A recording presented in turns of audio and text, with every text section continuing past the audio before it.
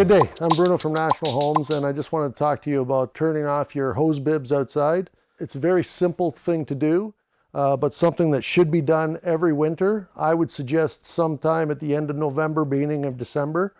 You just have to reach up to the exterior hose bib shutoff. Then I'm going to run outside and I'm going to actually open the actual shutoff that's outside. Now we're back in here and I'm going to show you how to bleed it. You're going to want to grab yourself a little cup or bowl, or if it's a long pipe, you're obviously going to need a pail or something. This one here, it's a very short distance, so it's not that bad. And you unscrew this little bleed screw here,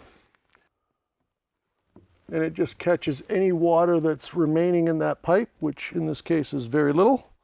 And once you get the water out, you put it back on.